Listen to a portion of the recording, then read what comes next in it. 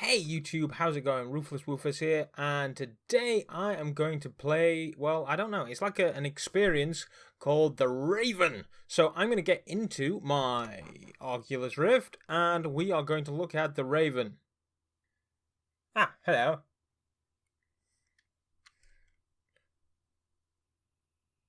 Ooh, this looks nice already. Tumbling feathers, lots of nice tumbling feathers. And music. We're just gonna ease back into things slightly. Thomas Pasikias presents. Read by Barry Carl, programming by Eric Liga. Press any button to start. Fair enough. Oh, I really need to clean this rift. Once upon a midnight dreary, while I pondered, weak and weary, over many a quaint and curious volume of forgotten lore. While I nodded, nearly napping, suddenly This looks there came nice. tapping, as of someone gently rapping at my chamber door. "'Tis some visitor," I muttered, tapping at my chamber door. "Only this and nothing more." Ah, distinctly I remember it was in the bleak December, and each separate dying ember wrought its ghost upon the floor. Eagerly I wished the morrow. Vainly I had sought to borrow from my books surcease of sorrow, sorrow for the lost Lenore, for the rare and radiant maiden whom the angels named Lenore, nameless here forevermore. And the silken, sad, uncertain I kinda don't wanna rustling of talk each over the purple guy. curtain thrilled me. This is a nice filled me poem. with fantastic terrors never felt before. So that now, to still the beating of my heart, I stood repeating, "'Tis some visitor entreating entrance at my chamber door. Some late visitor entreating entrance at my chamber door. This it is, and nothing more." Presently my soul grew stronger, hesitating then no longer. "Sir," said I, "or madam, truly your forgiveness I implore. But the fact is I was napping, and so gently you came rapping, and so faintly you came tapping at my chamber door, that I scarce was sure I heard you. Here I opened wide the door. Darkness there, and nothing more. Deep into the darkness peering, long I stood there, wondering, fearing, doubting, dreaming dreams no mortal ever dared to dream before. But the silence was unbroken, and the stillness This gave game's too no cute to token, scare me, and right? the only word there spoken was the whispered word, Lenore. This I whispered, and an echo murmured back the word, Lenore. Merely this, and nothing more. Back into the chamber turning, all my soul within me burning. Soon again I heard a tapping somewhat louder than before. "Surely," said I, "surely that is something at my window lattice.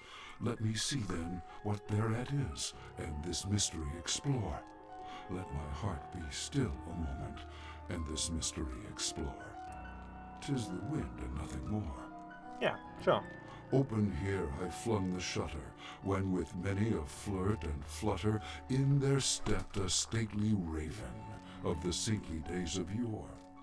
Not the least obeisance made he, not a minute stopped or stayed he, but with mien of lord or lady perched above my chamber door, perched upon a bust of Pallas just above my chamber door, perched and sat, and nothing more.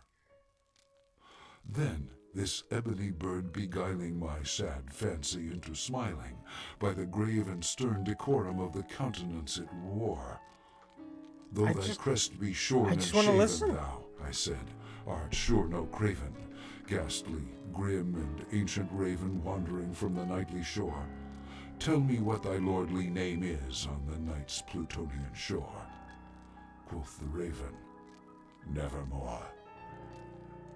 Much I That's just marvel grim. this ungainly fowl to hear discourse so plainly, though its answer little meaning, little relevancy bore.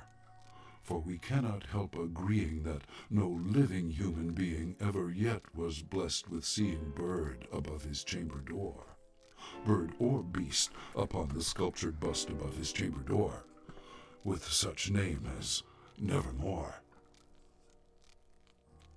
But the raven, sitting lonely on the placid bust, spoke only that one word, as if his soul in that one word he did outpour. Nothing farther than he uttered, not a feather than he fluttered, till I scarcely more than muttered, experience, though. Other They've put a lot of work into into this. On the Their morrow he will breeding is leave me, really as well my done. hopes have flown before. Then the bird said, Nevermore.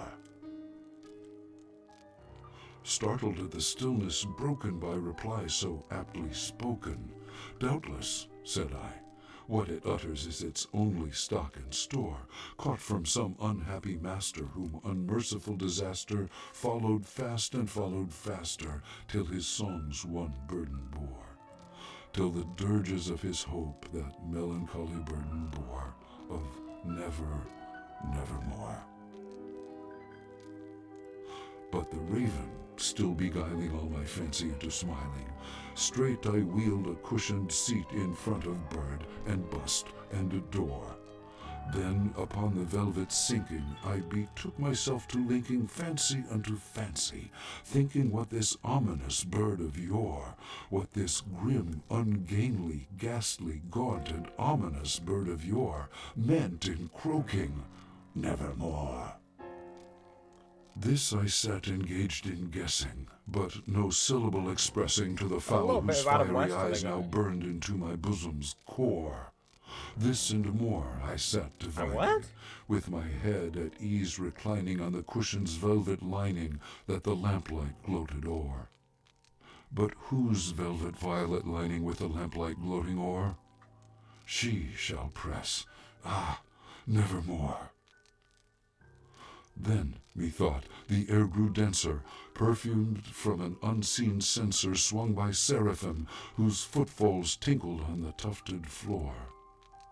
Wretch, I cried, thy God hath lent thee, by these angels he hath sent thee respite, and nepenthe from the memories of Lenore.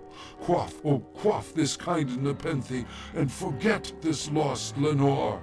You lost me. Quoth I don't know what half of those words mean. Nevermore.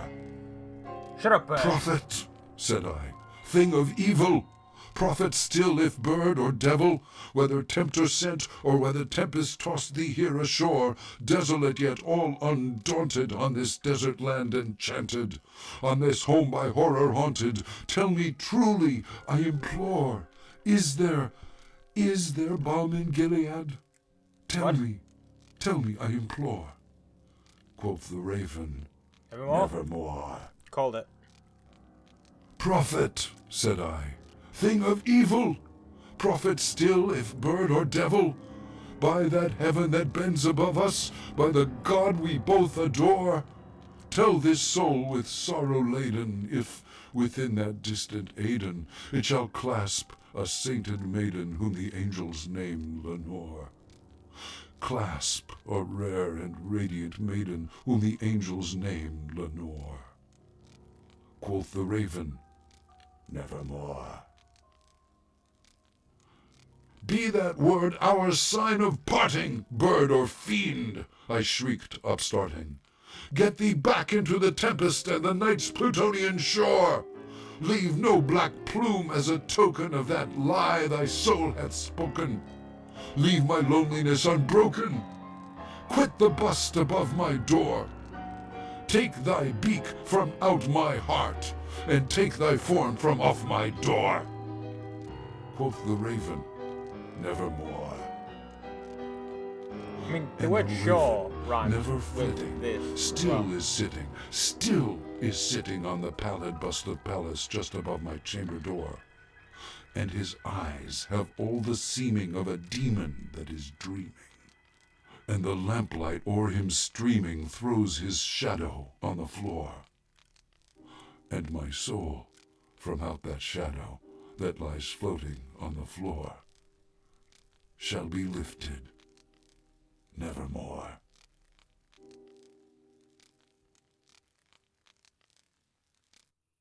That was nice. That was very well read as well. The guy clearly enjoys the works of the great Edgar Allan Poe. Now we have the subtitles, the credits. So yes, that was a nice little experience for anybody who's sort of just starting out with like Gear VR or something. It's available in the Oculus Store and it is free, so if you want to check it out, hop on over there. And that is going to do it for this video. Thank you very much for watching. It's just a slow one to ease back into things, but we'll get cracking with more videos very, very soon. Until next time, don't forget to like, share, and subscribe for more great stuff. And I have been Ruthless Woofus. You have been awesome for watching, and I will see you next time. Did everybody see the monkey on Facebook today throw his shit at a granny? I was coming in for that. Did you even hit that, Shankar? I hit it like weeks ago. Oh, bitch. Ow! I'm like in the middle of this orgy. Oh, what now? Oh, bitch.